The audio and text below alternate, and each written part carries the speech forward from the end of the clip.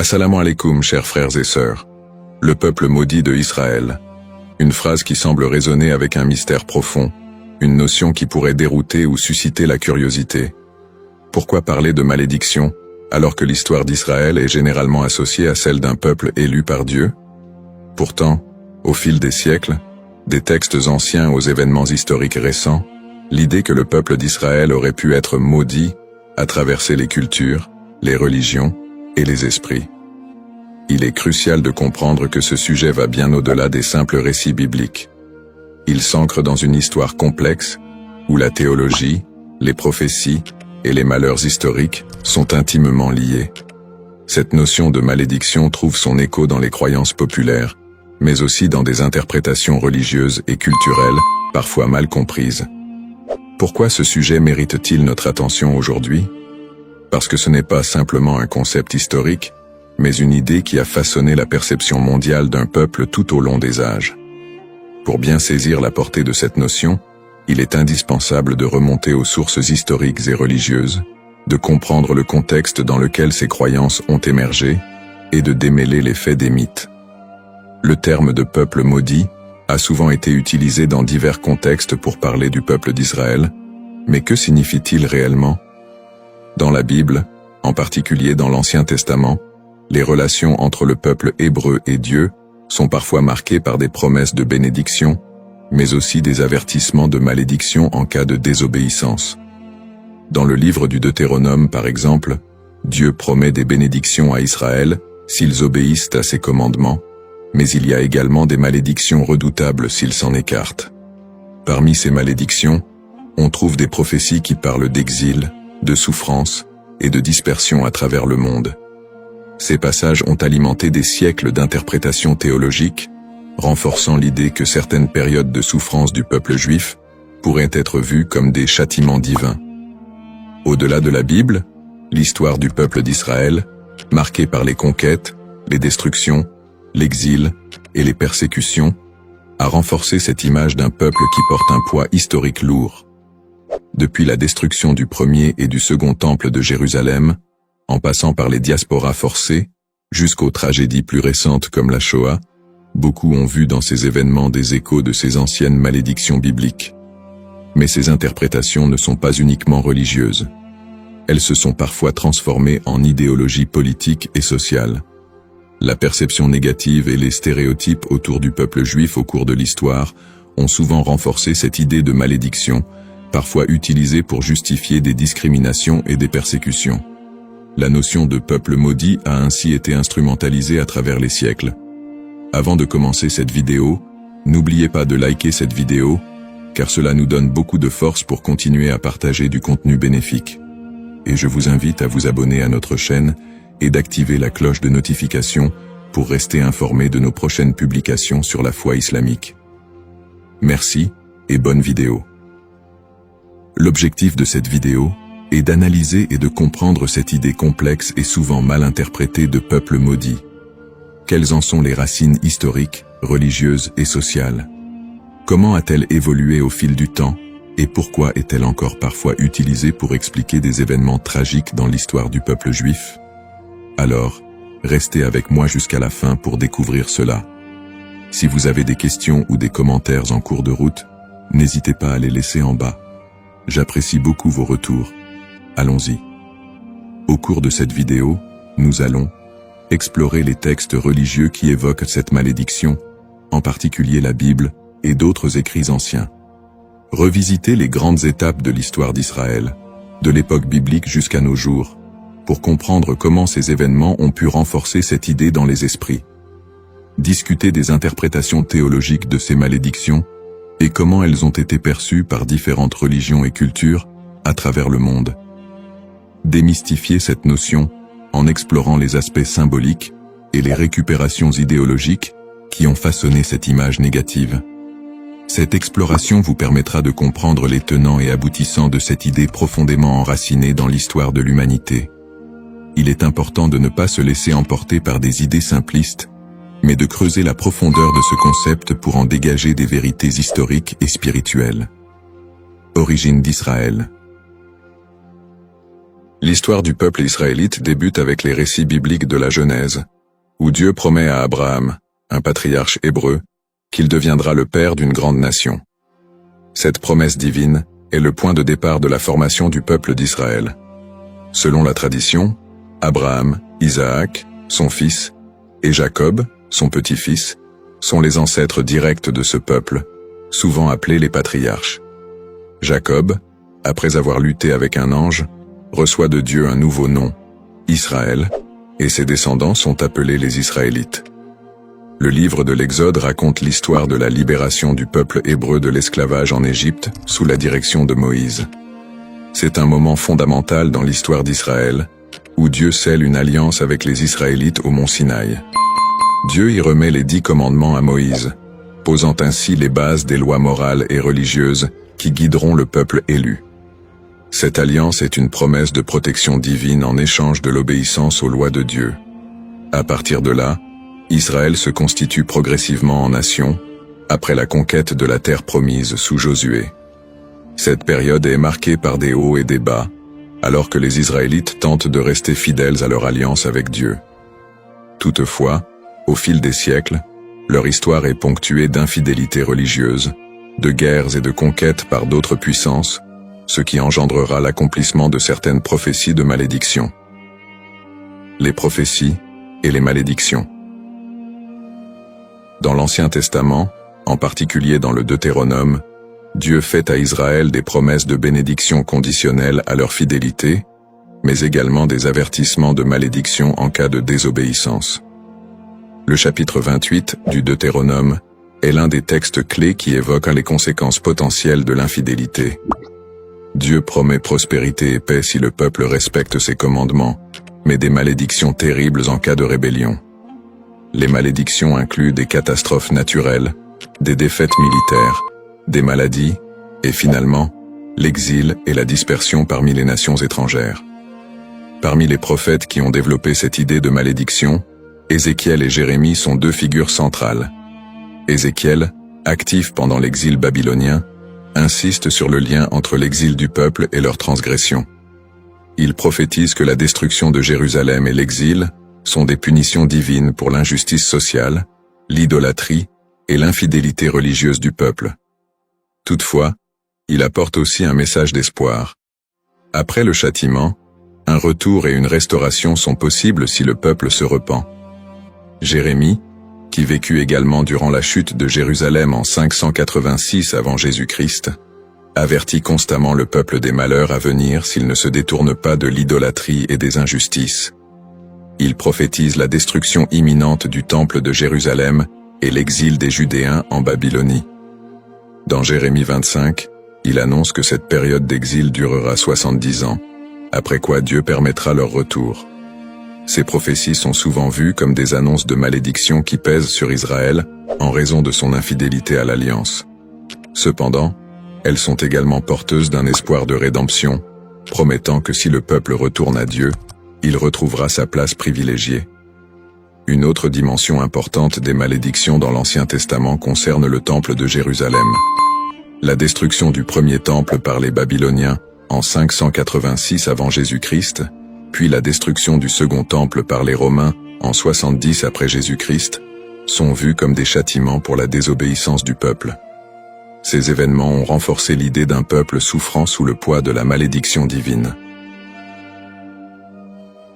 Persécutions historiques. L'histoire du peuple d'Israël est marquée par une série de persécutions et d'exils, souvent perçues à travers le prisme des malédictions bibliques. Le premier grand exil, celui de Babylone, survient après la destruction du premier temple en 586 avant Jésus-Christ. Par la suite, les Babyloniens déportent une grande partie des habitants de Juda, ce qui marque le début d'une longue période de diaspora. Après un retour partiel en terre d'Israël et la reconstruction du temple, les siècles suivants ne sont pas exempts de nouvelles épreuves. La période hellénistique, marquée par les conquêtes d'Alexandre le Grand, puis la domination romaine, amène son lot de tensions religieuses et politiques. Le peuple juif subit de nouvelles persécutions, notamment sous l'occupation romaine. La destruction du Second Temple en 70 après Jésus-Christ par les Romains, sous l'empereur Titus, est un moment charnière dans l'histoire d'Israël. Cet événement marque le début de la grande diaspora, alors que le peuple juif est dispersé dans tout l'Empire romain et au-delà. La révolte de Bar Kokhba, en 135 après Jésus-Christ, aboutit à une nouvelle défaite et à un exil encore plus massif. À partir de ce moment, les Juifs deviennent un peuple sans terre, vivant en exil, souvent en minorité, et subissant de nombreuses discriminations et persécutions. Durant le Moyen-Âge, en Europe et dans le monde islamique, les Juifs font souvent l'objet de suspicions, de discriminations légales, et parfois de pogroms violents. Les croisades, notamment, voient des massacres de communautés juives en Europe. Les expulsions des Juifs d'Espagne, en 1492, et du Portugal en 1497, sont d'autres exemples de persécutions qui renforcent cette idée de malédiction. Dans ces périodes sombres, beaucoup d'historiens et de penseurs juifs eux-mêmes ont cherché à comprendre ces souffrances à travers les textes sacrés. Pour certains, ces malheurs étaient perçus comme la continuation des malédictions prononcées dans l'Ancien Testament. Pourtant, ces périodes de souffrance ne sont pas uniquement interprétées comme des châtiments divins, mais aussi comme des épreuves à travers lesquelles le peuple d'Israël serait purifié ou préparé à une rédemption future. Le 19e et le 20e siècle ne font qu'amplifier ces tragédies, avec l'émergence de l'antisémitisme moderne, culminant dans l'horreur de la Shoah, qui a vu l'extermination systématique de 6 millions de Juifs pendant la Seconde Guerre mondiale. Une telle catastrophe, d'une ampleur sans précédent, a profondément marqué l'identité juive et soulevé des questions sur le sens de cette souffrance historique. Conclusion du contexte historique. L'histoire du peuple d'Israël, tissée de moments de gloire, d'alliances divines, mais aussi de malédictions et de souffrances, reste une des plus complexes et des plus riches de l'humanité. Les prophéties bibliques de malédiction, les exils répétés, les destructions de lieux sacrés et les persécutions à travers les siècles ont façonné la perception du peuple juif, tant de leur propre point de vue que de celui des autres nations. Le concept de peuple maudit, les bases théologiques, l'idée de malédiction dans les textes religieux, en particulier dans la tradition judéo-chrétienne, est un concept riche et complexe. Les malédictions sont souvent prononcées par Dieu en réponse à l'infidélité ou à l'injustice du peuple. Dans la Bible, notamment dans le livre du Deutéronome, Dieu promet des bénédictions à Israël pour leur obéissance, mais aussi des malédictions en cas de désobéissance. Ces malédictions incluent des souffrances, des exils et d'autres calamités, illustrant le caractère conditionnel de l'alliance entre Dieu et son peuple. La distinction entre malédiction divine et humaine est essentielle. Les malédictions divines, souvent exprimées par des prophètes, sont vues comme des conséquences directes de l'action humaine contre les commandements divins. En revanche, les malédictions humaines peuvent découler de superstitions, de croyances populaires ou d'anathèmes lancés par des individus ou des groupes en réponse à des actes perçus comme immoraux. Cette différence met en lumière le rôle de la responsabilité humaine dans la réception de ces malédictions. Les prophètes, tels qu'Ézéchiel et Jérémie, jouent un rôle crucial dans la communication de ces malédictions. Leur message souligne que ces châtiments ne sont pas simplement des expressions de colère divine, mais des appels à la repentance et à la restauration. Ce cadre théologique souligne que les malédictions ne sont pas définitives et que le retour à la foi peut conduire à des bénédictions renouvelées. Malédiction et mythe. La notion de malédiction attachée au peuple d'Israël a donné lieu à de nombreuses interprétations populaires et mythes au cours des siècles. Dans les traditions chrétiennes et islamiques, des récits sur le peuple juif ont souvent été associés à des idées de punition divine. Ces interprétations, parfois teintées d'hostilité, ont conduit à la propagation de stéréotypes négatifs. Historiquement, des récits de malédiction ont été utilisés pour justifier des persécutions contre les Juifs. Par exemple, l'idée que le peuple juif a été maudit en raison de la crucifixion de Jésus a été utilisée pour alimenter l'antisémitisme. Ces interprétations ont pris racine dans des contextes sociopolitiques où le peuple juif était perçu comme un bouc émissaire, lors de périodes de crise ou de bouleversements sociaux. La manière dont ces malédictions ont été comprises et transmises à travers les siècles a également façonné les perceptions collectives du peuple juif. Les récits de souffrance et de malédiction ont souvent été amalgamés dans la culture populaire, créant un imaginaire collectif qui persiste jusqu'à aujourd'hui. Cette dynamique entre malédiction et mythe a ainsi contribué à la stigmatisation du peuple juif à travers l'histoire. Analyse moderne. Dans le contexte moderne, le concept de peuple maudit a pris des formes variées et a été réinterprété sous différents angles. L'antisémitisme historique, qui a trouvé ses racines dans ces idées de malédiction, demeure une réalité dans de nombreuses sociétés. Les stéréotypes associés à la malédiction continuent d'alimenter des préjugés, parfois de manière insidieuse, dans le discours contemporain. Cependant, avec l'essor des mouvements de droits civiques et des études critiques sur l'antisémitisme, il y a eu une tentative de déconstruire cette notion de malédiction.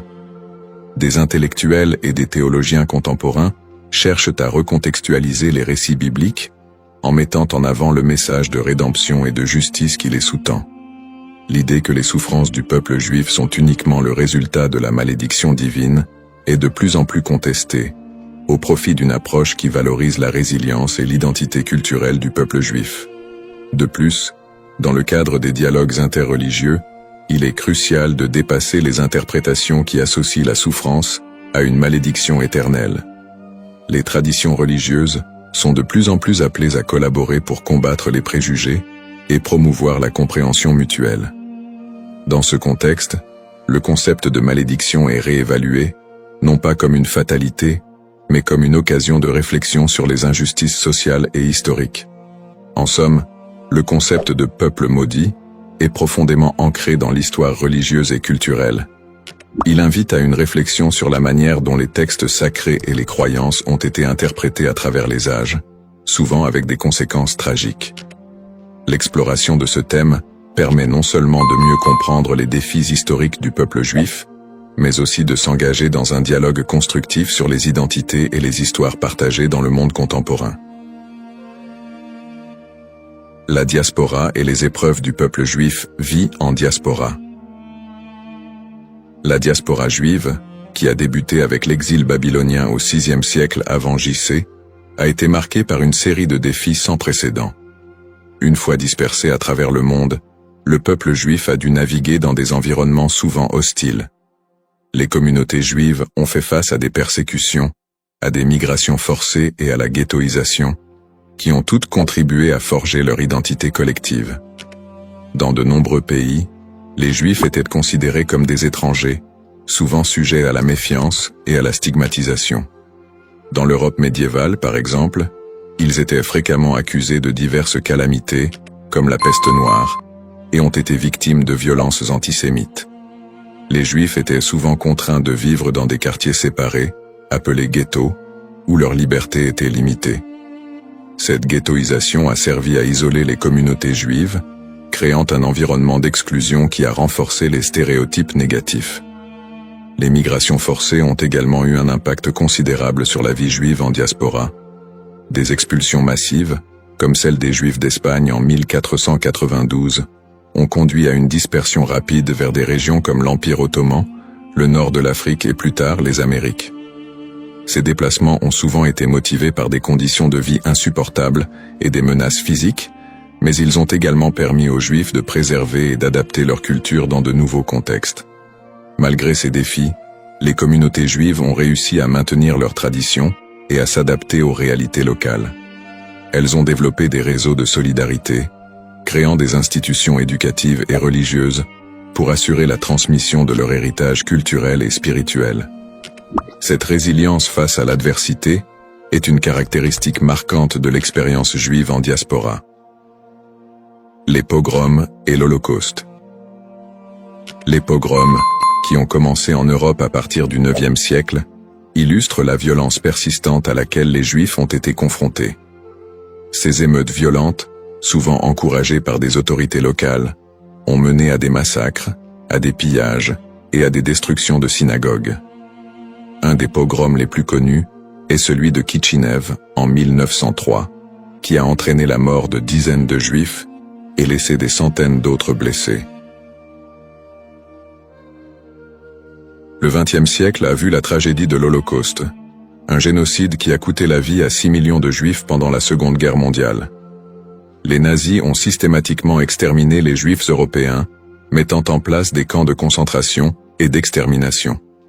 Malgré ces persécutions violentes, de nombreuses histoires de survie émergent, mettant en lumière le courage et la détermination du peuple juif. Des groupes de résistance, des réseaux de sauvetage et des actes de bravoure individuels témoignent de la volonté de maintenir l'humanité et la dignité face à l'inhumanité. L'Holocauste a laissé une empreinte indélébile sur la mémoire collective juive. Les survivants ont dû reconstruire leur vie dans un monde souvent indifférent à leurs souffrances.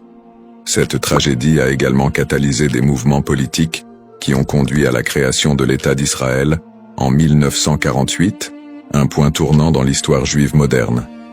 Lutte pour l'identité et la terre promise. Les épreuves subies par le peuple juif en diaspora ont profondément influencé son identité collective. Face à l'adversité, une identité juive résiliente a émergé, mêlant traditions séculaires, pratiques religieuses et un sentiment d'appartenance à une histoire commune. Cette lutte pour la survie a également renforcé un lien indéfectible avec la terre d'Israël, considérée comme la terre promise dans la tradition juive.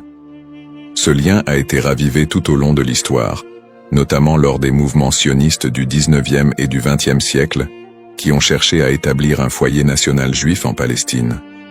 Pour de nombreux juifs, la terre d'Israël représente non seulement un lieu géographique, mais également un symbole de liberté, d'identité et d'unité. Les événements tragiques de l'histoire juive, comme l'Holocauste, ont également renforcé l'urgence de cette quête, suscitant un mouvement pour un retour à la terre d'Israël. En somme, l'expérience de la diaspora a été marquée par des défis extrêmes, mais aussi par une résilience remarquable. Les persécutions, les pogroms et l'Holocauste ont non seulement laissé des cicatrices, mais ont également façonné une identité juive forte, ancrée dans une histoire partagée et un attachement profond à la terre d'Israël. Ce processus de formation de l'identité juive, en réponse aux épreuves, continue de jouer un rôle crucial dans la vie des Juifs du monde entier aujourd'hui. Le retour en Israël et l'État moderne, sionisme et création de l'État d'Israël. Le mouvement sioniste, qui a émergé à la fin du XIXe siècle, constitue un tournant majeur dans l'histoire juive moderne. À cette époque, les Juifs d'Europe étaient confrontés à une montée de l'antisémitisme et à des conditions de vie précaires, notamment en Russie et en Europe de l'Est. Ces difficultés ont suscité un besoin pressant d'un foyer national. Theodor Herzl, considéré comme le père du sionisme politique, a articulé cette aspiration dans son livre L'État juif, 1996, où il propose la création d'un État juif en Palestine, comme réponse à l'antisémitisme rampant. Le sionisme a pris plusieurs formes, allant du sionisme politique de Herzl à des visions plus socialistes et culturelles, comme celles de figures comme David Ben-Gourion et Ahad Ha'am. Le premier congrès sioniste a eu lieu à Bâle, en 1897, où les participants ont décidé de promouvoir l'établissement d'un foyer national juif en Palestine par des moyens diplomatiques et légaux. À la suite de la déclaration Balfour de 1917, dans laquelle le gouvernement britannique a exprimé son soutien à l'établissement d'un foyer national juif en Palestine, le mouvement sioniste a gagné en légitimité. Cependant, la réalité sur le terrain était complexe. La Palestine était alors habitée par une majorité arabe qui a vu l'immigration juive comme une menace pour ses droits et ses terres. Cette situation a semé les graines des conflits futurs. Après la Seconde Guerre mondiale et l'Holocauste, qui a décimé la population juive d'Europe, le besoin d'un refuge sécurisé a été accentué. En 1947, l'Assemblée générale des Nations unies a voté pour diviser la Palestine en deux États, un juif et un arabe. Les leaders juifs ont accepté le plan, mais les dirigeants arabes l'ont rejeté. Le 14 mai 1948, David Ben-Gourion a proclamé l'indépendance de l'État d'Israël, ce qui a entraîné la première guerre israélo-arabe. En dépit de l'opposition régionale, Israël a réussi à établir un État et à absorber un grand nombre de réfugiés juifs du monde entier, notamment des survivants de l'Holocauste. Conflit moderne. Depuis sa création, l'État d'Israël a été plongé dans une série de conflits régionaux qui ont souvent été alimentés par des tensions ethniques et religieuses. Les guerres avec les pays arabes voisins, notamment les guerres de 1948, 1967 et 1973, ont défini les frontières et les relations diplomatiques de l'État moderne. Les tensions avec les populations palestiniennes ont également été une source constante de conflits, culminant avec les intifadas des années 1980 et 2000, où des soulèvements populaires ont éclaté en réponse à l'occupation israélienne des territoires palestiniens. Le conflit israélo-palestinien est un point focal des tensions au Moyen-Orient, où des questions de droits territoriaux, d'autodétermination et de sécurité se croisent. Les territoires de la Cisjordanie et de Gaza sont devenus des symboles de la lutte pour la reconnaissance et la dignité des Palestiniens. Les colonies israéliennes en Cisjordanie et les conditions de vie à Gaza ont engendré des critiques internationales et des tensions croissantes. Sur le plan religieux, les sites sacrés tels que Jérusalem revêtent une signification particulière pour les Juifs, les chrétiens et les musulmans, exacerbant les conflits. L'accès aux lieux saints est souvent un point de discorde, avec des épisodes de violence autour du mont du Temple et du dôme du Rocher. Peut-on encore parler d'un peuple maudit aujourd'hui? La question de savoir si l'on peut encore parler d'un peuple maudit aujourd'hui mérite d'être examinée sous différents angles. D'une part, le peuple juif a par moments été perçu comme victime d'une malédiction, surtout dans le contexte des souffrances historiques, des persécutions et de l'Holocauste. Cette perception s'est parfois traduite par des stéréotypes négatifs et un antisémitisme durable qui persistent encore dans certaines sociétés contemporaines. D'autre part, l'idée de peuple maudit ne rend pas pleinement compte de la résilience, de l'innovation et des contributions culturelles des Juifs à la société mondiale. Après des siècles de persécution, les Juifs ont réussi à établir un État souverain, à revitaliser leur culture et à jouer un rôle significatif dans divers domaines tels que la science, l'art et la politique. Cette renaissance culturelle et nationale contredit l'idée d'une malédiction éternelle. Aujourd'hui, beaucoup de Juifs se définissent non pas par leurs souffrances passées, mais par leur identité culturelle et leur engagement envers des valeurs de justice, de paix et de coexistence. L'État d'Israël, bien qu'encore confronté à des défis internes et externes, est un symbole de survie et de détermination pour de nombreux Juifs dans le monde. Ainsi, plutôt que de voir le peuple juif à travers le prisme d'une malédiction, il est plus approprié de reconnaître la complexité de son histoire, marquée par des luttes et des triomphes, et d'appréhender la diaspora juive comme une histoire d'espoir, de résilience et de quête d'identité. Dans cette exploration du thème du peuple maudit d'Israël, nous avons retracé l'histoire complexe des Juifs, de leurs origines dans l'Antiquité à leur établissement moderne en tant qu'État souverain. Nous avons examiné le contexte historique et religieux, en soulignant les épreuves de la diaspora, les persécutions et les tragédies comme les pogroms et l'Holocauste. En analysant le concept de malédiction, nous avons également vu comment il a été utilisé pour justifier des stéréotypes et des violences à l'encontre des Juifs au fil des siècles.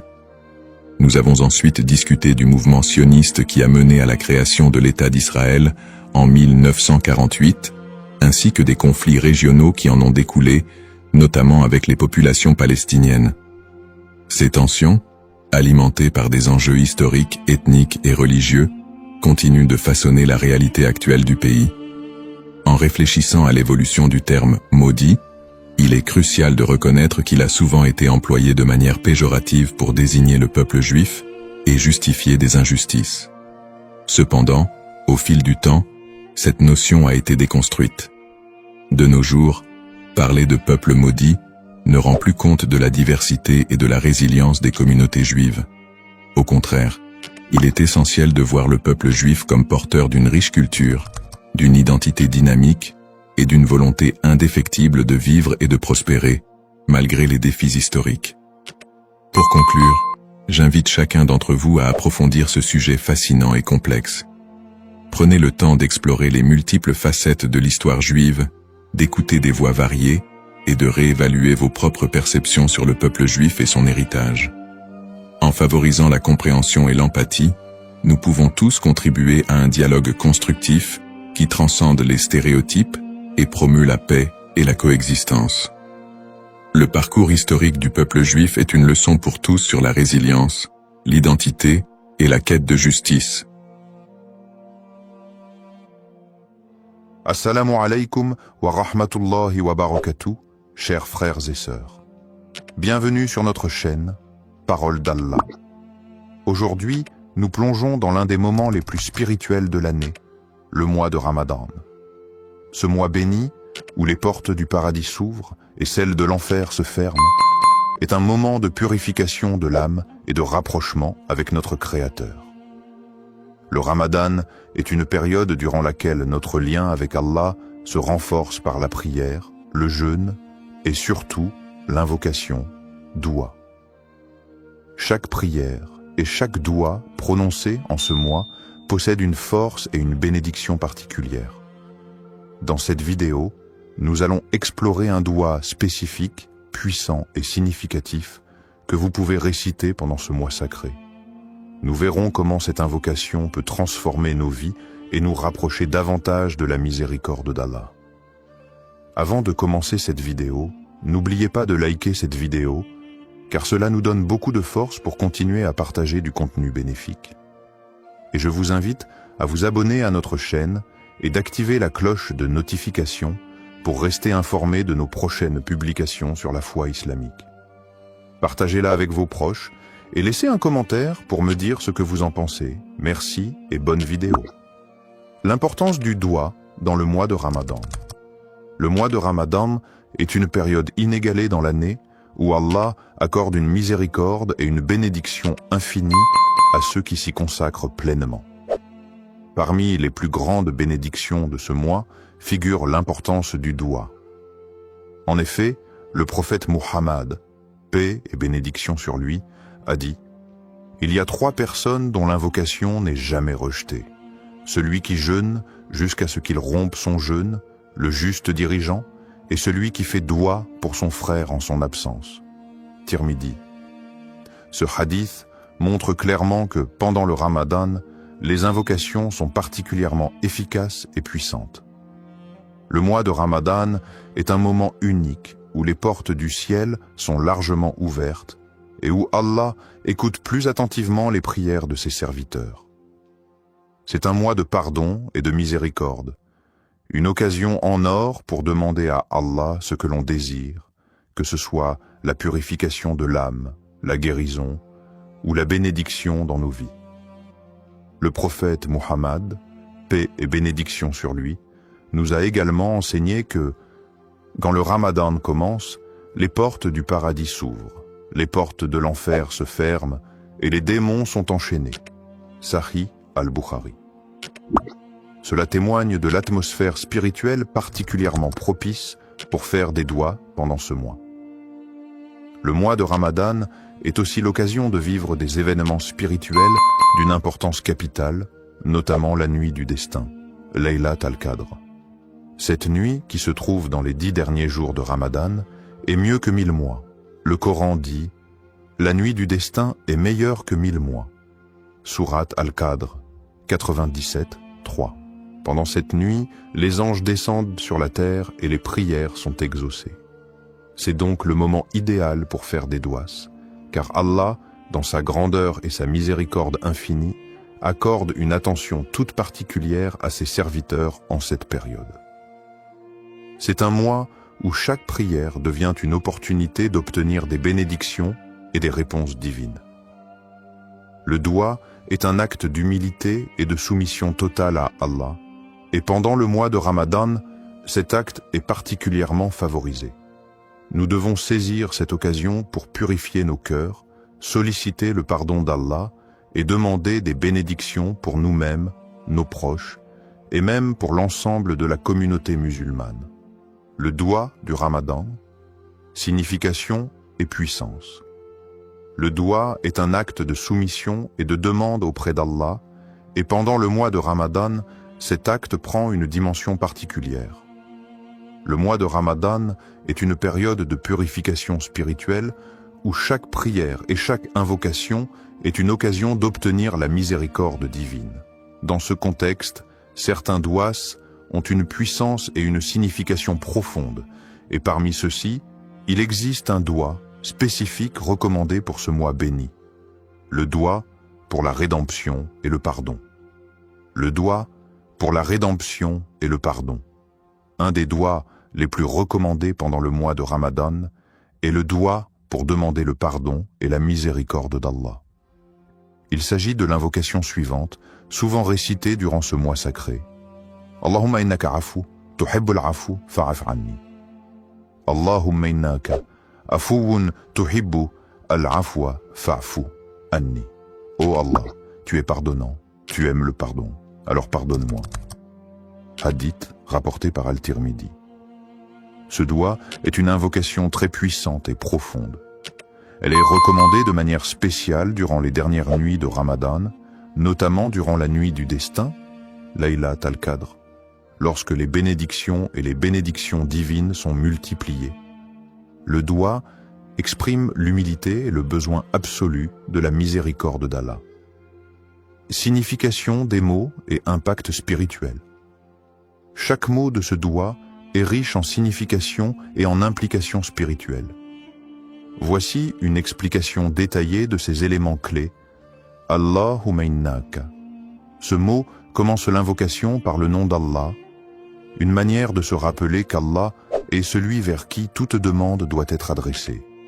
Ce début marque le recueillement, le respect et l'humilité devant Allah. Afuwun. Cela fait référence à la qualité divine d'Allah qui est pardonnant. Ce mot indique une forme de pardon bienveillant, plus que simplement accorder le pardon. Allah, dans sa grande miséricorde, ne se contente pas de pardonner les péchés, mais il efface leurs traces et les conséquences. C'est ce pardon purifiant qui est demandé ici. Tuhibbu al-afwa.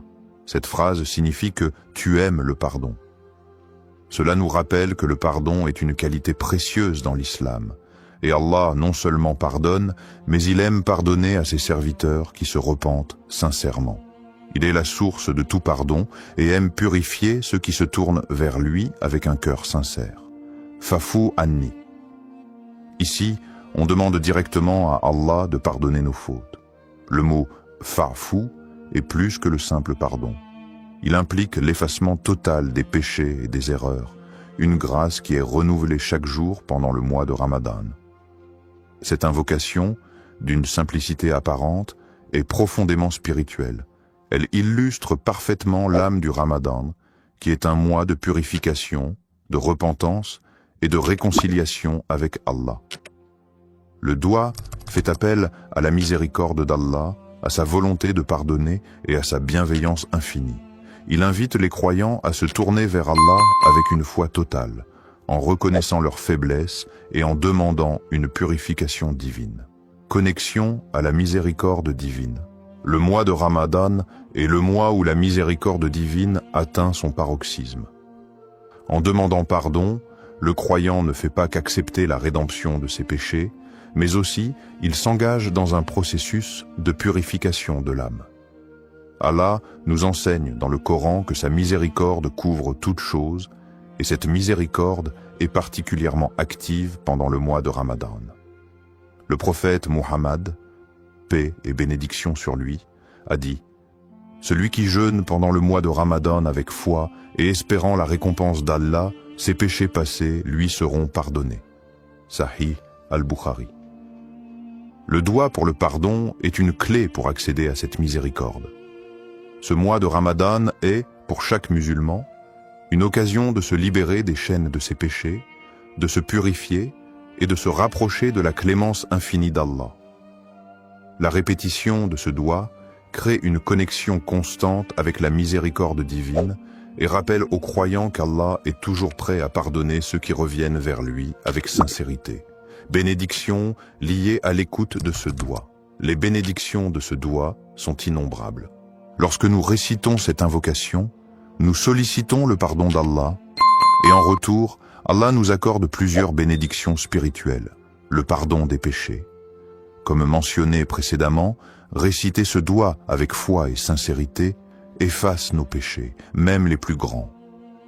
La purification du cœur, la miséricorde divine, demandée dans cette invocation, purifie le cœur du croyant, enlevant l'orgueil, la colère et la rancune.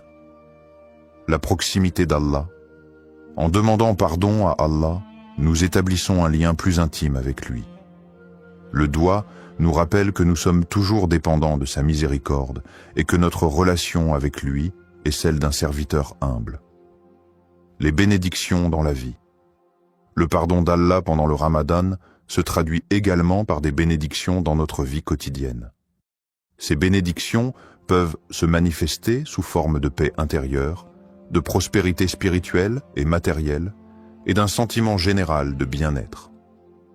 En conclusion, le doigt du Ramadan est une clé spirituelle puissante qui ouvre les portes de la miséricorde d'Allah et nous permet de vivre ce mois sacré dans une pureté renouvelée. En le récitant sincèrement, nous espérons être touchés par la miséricorde divine et bénéficier de toutes les bénédictions qu'Allah réserve à ceux qui cherchent son pardon. Histoire inspirante. Un doigt écouté pendant Ramadan. Il y a quelques années, un frère musulman nommé Ahmed vivait un moment difficile dans sa vie. Il avait perdu son emploi, sa situation financière était instable et il ressentait une profonde inquiétude quant à son avenir. Chaque jour, il se battait contre la peur et le doute, se demandant s'il serait capable de subvenir à ses besoins et à ceux de sa famille. En ce mois de Ramadan, il décida de se tourner pleinement vers Allah, espérant que ce mois sacré, porteur de bénédictions, serait l'occasion pour lui de trouver une réponse divine. Ahmed avait toujours été un croyant fidèle, mais dans ces moments de détresse, sa foi était mise à l'épreuve. Il se souvint des paroles du prophète Muhammad, paix et bénédiction sur lui. Il n'y a rien de plus noble que de faire appel à Allah avec une invocation sincère, et Allah répondra, mais selon ce qui est meilleur pour vous. Sahih Muslim. Conscient de la miséricorde infinie d'Allah, il se dit qu'il devait faire confiance à Allah, peu importe l'issue de sa situation. Durant les nuits du Ramadan, Ahmed s'isola dans sa chambre après la prière de Tarawih, un moment calme où il pouvait se concentrer pleinement sur son invocation. Avec une profonde humilité et sincérité, il leva les mains vers Allah et récita ce doigt.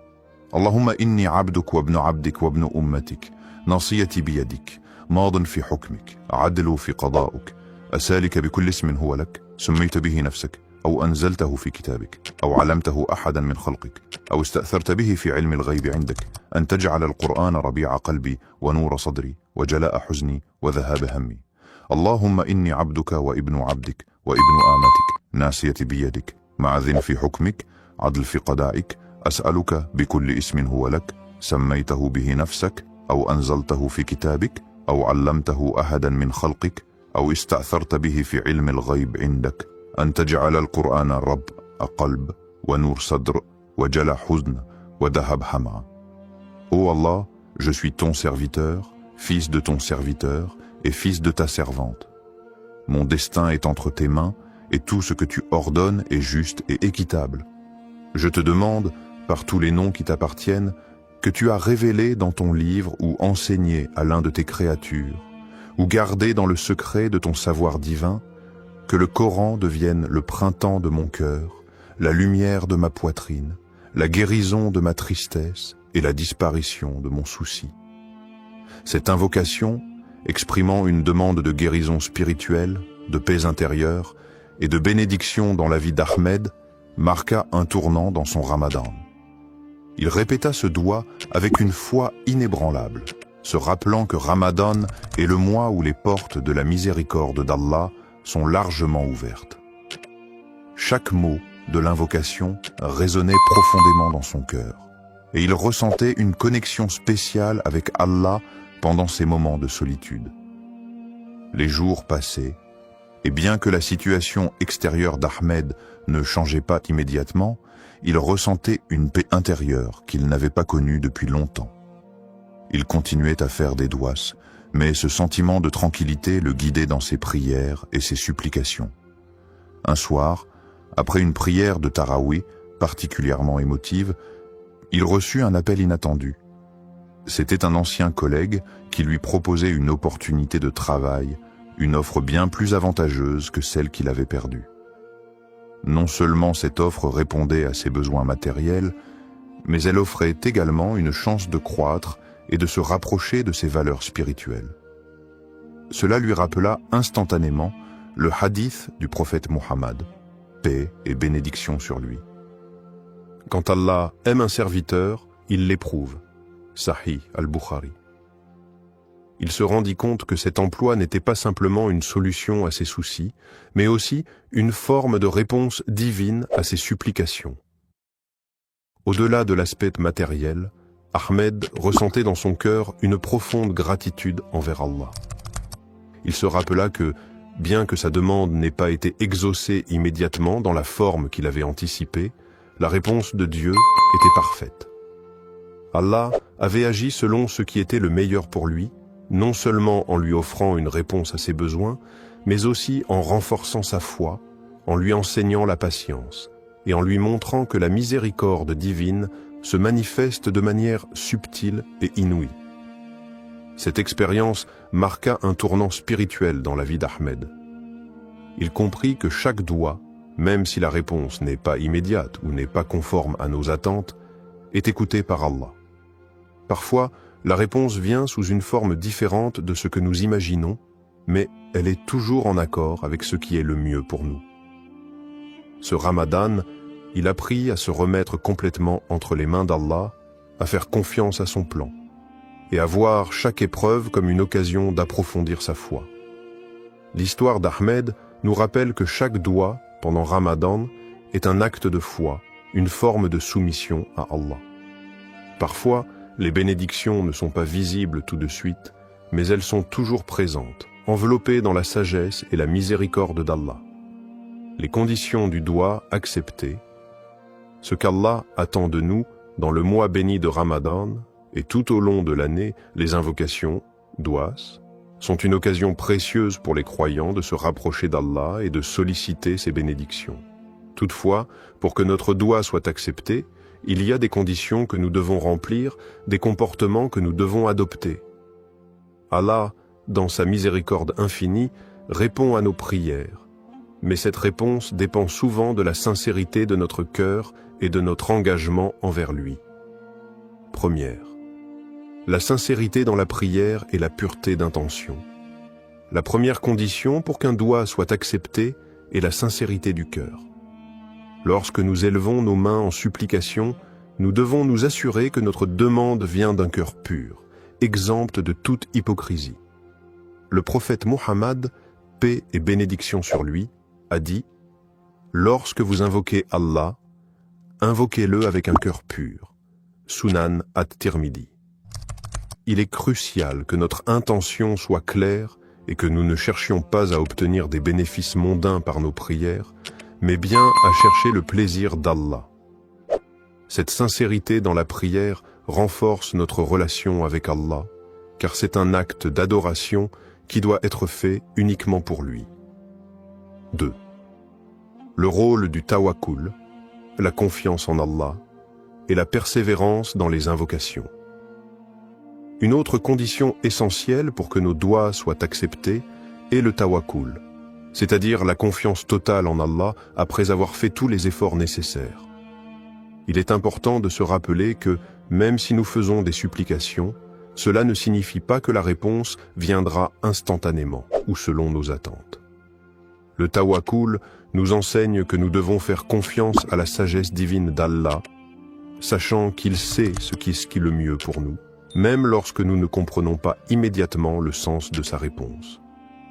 Le prophète, paix et bénédiction sur lui, a aussi dit « Ne vous lassez pas d'invoquer Allah, car parfois la réponse arrive plus tard qu'on ne le désire, et Allah connaît le meilleur moment pour exaucer votre prière. » Sahih al-Bukhari. La persévérance dans les invocations est donc essentielle. Ne pas perdre espoir dans les moments de difficulté est une marque de foi profonde. Troisième, l'humilité, l'adoration et la patience dans la réponse de Dieu. L'humilité est également un élément crucial pour l'acceptation de notre dua. En élevant nos mains vers Allah, nous devons nous rappeler que nous sommes de simples serviteurs devant le Créateur, pleins de faiblesses et de manques. C'est avec humilité que nous demandons à Allah de répondre à nos besoins.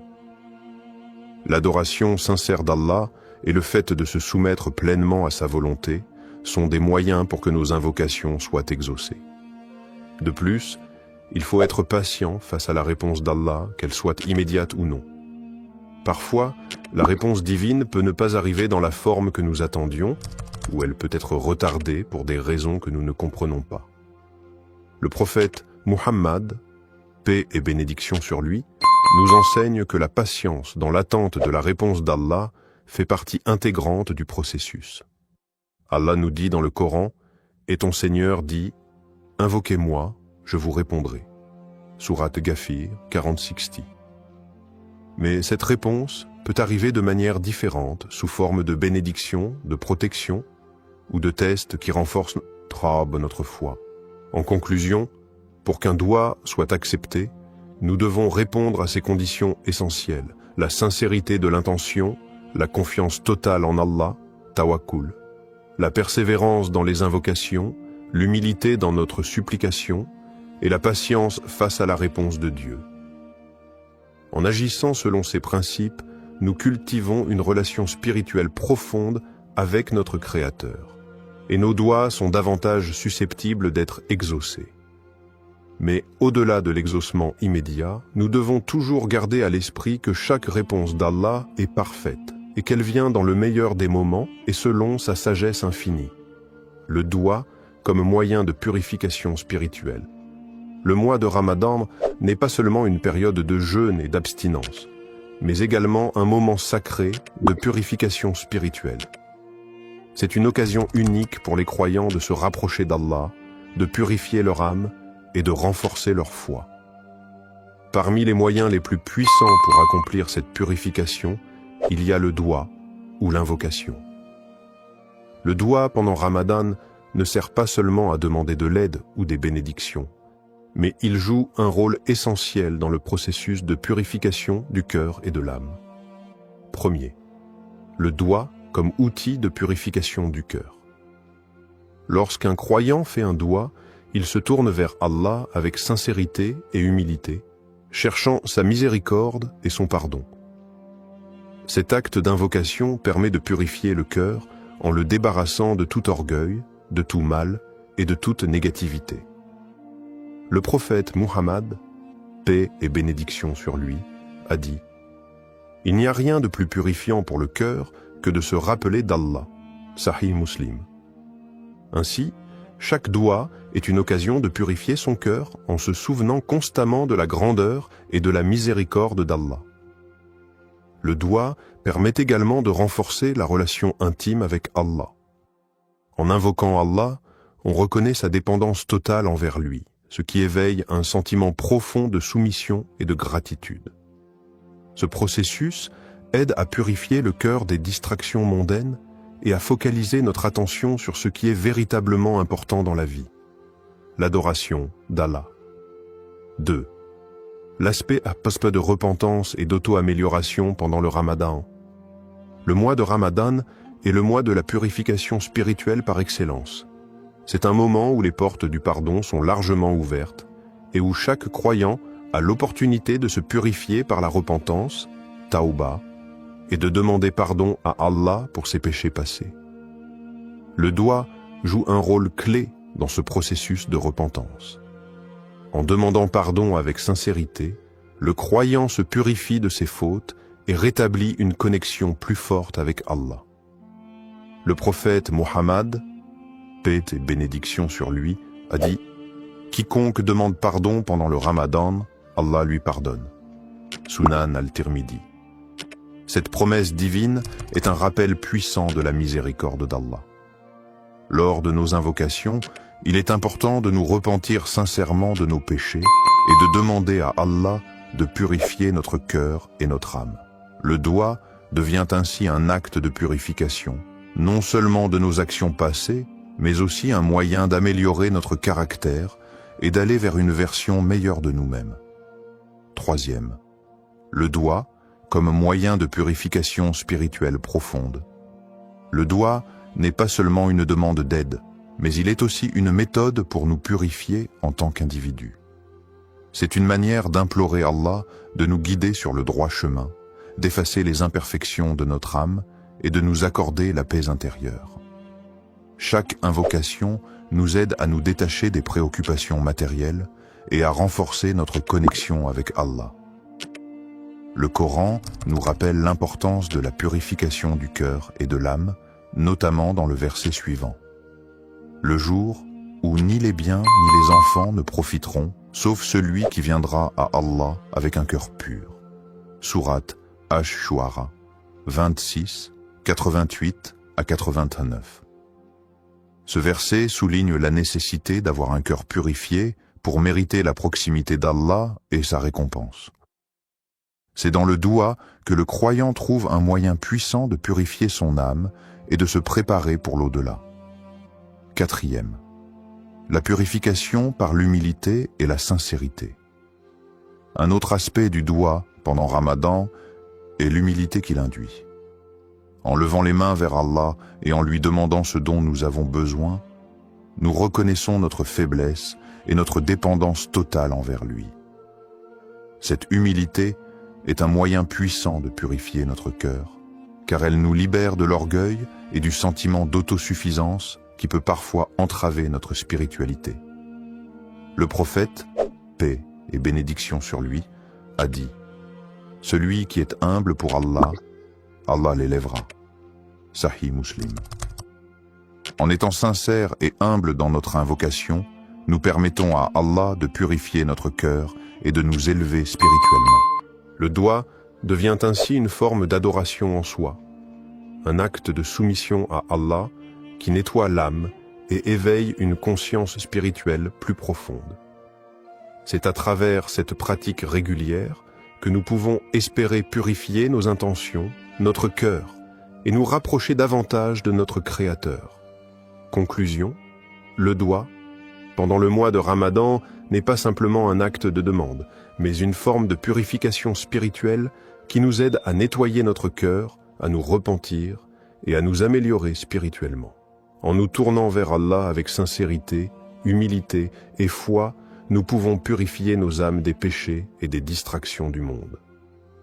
Le mois de Ramadan, avec ses bénédictions et sa miséricorde infinie, est l'occasion idéale pour accomplir cette purification, se rapprocher d'Allah et renforcer notre engagement à mener une vie pure, pleine de foi et de dévotion. L'écoute du doigt et l'acceptation de la volonté d'Allah. Lorsqu'un croyant fait un doigt, il se soumet à la volonté divine et attend la réponse d'Allah avec foi et confiance. Cependant, il est important de comprendre que la manière dont Allah répond à nos invocations peut ne pas toujours correspondre à ce que nous attendions ou désirions immédiatement.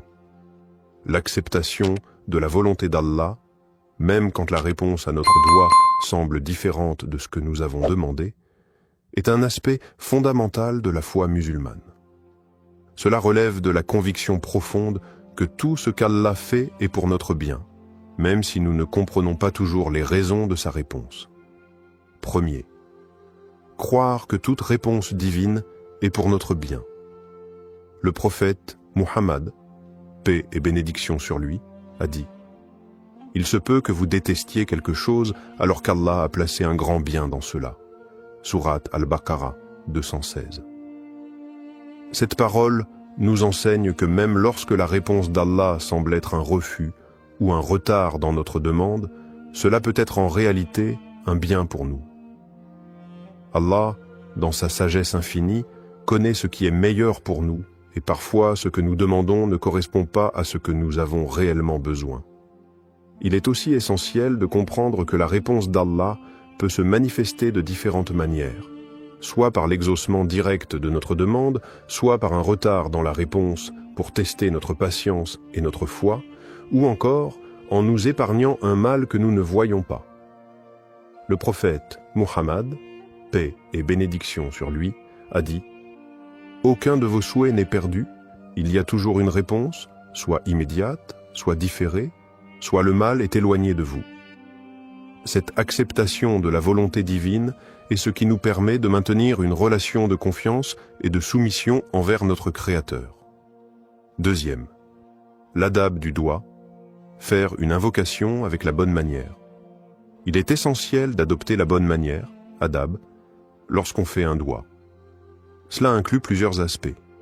Faire preuve de sincérité, se tourner vers Allah avec humilité et respecter les moments propices pour invoquer, tels que les heures de la nuit, le vendredi ou pendant le mois de Ramadan. Le prophète, paix et bénédiction sur lui, a recommandé de commencer chaque doigt par des louanges pour Allah et des prières sur le prophète, puis de présenter notre demande avec dévouement et foi. La patience est également une partie essentielle de l'adab du doigt. Ne pas être pressé de recevoir une réponse immédiate et accepter que la réponse d'Allah arrive au moment qu'il a jugé bon est une forme de respect envers la sagesse divine. Il est aussi important de ne pas abandonner la prière, même si la réponse semble tarder. Le prophète, paix et bénédiction sur lui, a dit « L'invocation d'un croyant est toujours exaucée, tant qu'il ne se lasse pas et ne dit pas « J'ai prié, mais je n'ai pas eu de réponse ». Sahih Muslim. Troisième, la patience et la gratitude envers Allah. L'un des principes les plus profonds lorsqu'il s'agit d'écouter et d'accepter le doigt, c'est de développer la patience, sabre. Lorsque la réponse d'Allah tarde ou diffère de ce que nous attendions, il est crucial de faire preuve de patience et de ne pas perdre espoir. La patience, en attendant la réponse d'Allah, est une forme d'adoration en soi, et c'est par cette patience que nous prouvons notre foi et notre soumission totale à sa volonté. La gratitude, shukr, envers Allah, que la réponse soit positive ou différente de ce que nous espérions, est également essentielle. Remercier Allah pour toutes les bénédictions, même celles que nous ne comprenons pas immédiatement, nous aide à renforcer notre foi et à accepter la réponse divine avec un cœur apaisé. Le Coran nous rappelle « Et lorsque ton Seigneur t'a proclamé, appelez-moi, je vous répondrai. » Sourate Ghafir 40-60. Même si la réponse semble différer, cette promesse est un gage de l'écoute constante d'Allah et la patience dans l'attente devient une source de purification spirituelle. Conclusion. Le doigt est un moyen puissant de se rapprocher d'Allah, mais il exige également une profonde acceptation de la volonté divine. Croire que chaque réponse d'Allah, qu'elle soit immédiate ou non, est pour notre bien, est fondamental dans notre pratique. L'adab du doigt et l'importance de la patience et de la gratitude envers Allah nous aident à renforcer notre relation avec lui et à accepter sa sagesse infinie dans nos vies. Dans tout ce que nous demandons, il est crucial de nous rappeler qu'Allah nous accorde ce que nous désirons ou non, sa sagesse et sa miséricorde sont infiniment plus grandes que nos souhaits et nos attentes. Comment intégrer ce doigt dans ta vie quotidienne pendant Ramadan? Le mois de Ramadan est un moment privilégié pour se rapprocher d'Allah, purifier son âme et renforcer sa foi. L'intégration du doigt dans notre routine quotidienne pendant ce mois sacré peut transformer notre expérience spirituelle. Voici quelques conseils pratiques pour faire de ce doigt une partie intégrante de ta vie de croyant tout au long de Ramadan. Premier, répétez le doigt pendant les prières obligatoires, salat. Les prières quotidiennes, salat, sont l'occasion idéale pour inclure ce doigt dans ton rituel spirituel. Après chaque prière obligatoire, prends un moment pour réciter le doigt en le répétant avec sincérité. Cela te permettra de renforcer ta connexion avec Allah à travers une prière structurée, tout en ayant l'opportunité de méditer sur chaque mot du doigt. Le mois de Ramadan, avec ses moments de tranquillité et de concentration spirituelle, est une période où tes prières peuvent être plus profondes et plus significatives. Ne limite pas ce doigt à des moments précis. Chaque salat est une occasion de répéter cet appel à la miséricorde divine. Plus tu répètes le doigt avec dévotion, plus tu t'imprègnes de ses significations profondes. 2. Intégrer le doigt dans tes moments de recueillement. Outre les prières obligatoires, les moments de recueillement tels que le tahajjud, prière de la nuit, le duha, prière du matin, ou même la période du fajr, avant l'aube, sont des occasions parfaites pour formuler ce doigt. Pendant ces moments de tranquillité, où l'esprit est plus apaisé, tu peux te concentrer pleinement sur les paroles que tu prononces et les émotions qu'elles suscitent. Ces moments de solitude avec Allah permettent de formuler des invocations sincères et réfléchies. Pendant Ramadan, profite de ces instants pour faire du doigt une pratique régulière et utilise chaque prière pour renforcer ton lien avec Allah. Le doigt pendant le tahajjud, en particulier, est une supplication qui est souvent exaucée car ce moment est un des plus propices pour obtenir la miséricorde divine. 3. Méditer sur les significations profondes du doigt. Il est important de ne pas simplement réciter le doigt mécaniquement, mais de méditer sur les mots et leur signification. Lorsque tu récites ce doigt, prends le temps de réfléchir sur chaque phrase. Quel impact spirituel a chaque mot? Comment cela résonne-t-il avec ta situation personnelle, tes luttes, tes espoirs et tes désirs spirituels?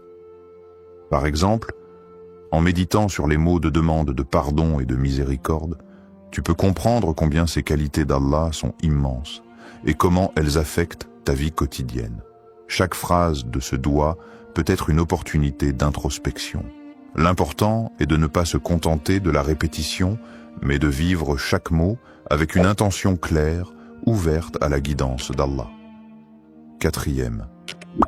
Utiliser des moments de transition dans la journée pour répéter le doigt. Au-delà des prières formelles, utilise les moments de transition de ta journée pour intégrer ce doigt. Cela peut être pendant le temps que tu passes à la maison entre les prières, ou même lorsque tu fais des tâches quotidiennes. Par exemple, pendant que tu prépares le repas pour le suhour ou l'iftar, profite de ces instants pour répéter ce doigt dans ton cœur. Ces petites invocations pendant les activités quotidiennes peuvent renforcer ta présence spirituelle et te rappeler la bénédiction du mois de Ramadan. 5. Implique la famille et les proches dans l'invocation. Ramadan est aussi un mois de partage et de renouveau spirituel en famille et en communauté. Encourage ta famille, tes amis ou tes proches à faire le doigt ensemble. Lorsque vous êtes réunis pour l'iftar ou pour une prière en groupe, intégrez le doigt dans ce moment collectif. Cela peut renforcer l'effet spirituel du doigt, non seulement pour toi, mais aussi pour ceux qui t'entourent. Conclusion. Le mois de Ramadan offre une occasion en or pour renforcer notre relation avec Allah, et intégrer ce doigt dans ta routine quotidienne est une manière puissante de vivre pleinement ce mois sacré. Que ce soit pendant les prières formelles, les moments de recueillement personnel, ou même dans les petites actions de la vie quotidienne, chaque instant est une opportunité de se rapprocher d'Allah. En méditant sur les significations du doigt et en l'intégrant à toutes les facettes de ta vie, tu t'ouvres à la miséricorde d'Allah et tu renforces ta foi, faisant de ce mois un moment véritablement transformateur. Conclusion et appel à l'action. Le mois de Ramadan est une opportunité unique de se rapprocher d'Allah, de purifier notre cœur et de renforcer notre foi. Le doigt que nous avons exploré aujourd'hui est un moyen puissant d'attirer la miséricorde divine et de recevoir les bénédictions qu'Allah nous accorde généreusement pendant ce mois sacré. Je t'encourage à inclure ce doigt dans ta vie quotidienne pendant Ramadan, à le réciter avec sincérité et concentration, et à méditer sur ses significations profondes. Fais de ce doigt une partie intégrante de tes prières et de tes moments de recueillement. Que ce mois sacré soit une occasion de purification et de renouvellement spirituel. Si cette vidéo t'a inspiré, partage-la avec tes proches, ta famille et tes amis. Invite-les à intégrer ce doigt dans leur vie aussi, pour que nous puissions tous bénéficier de la miséricorde infinie d'Allah.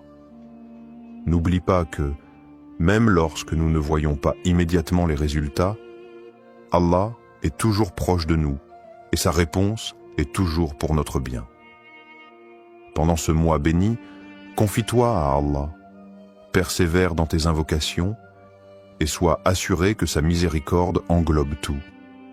Que cette période de Ramadan soit remplie de lumière, de paix et de bénédiction pour toi et tes proches.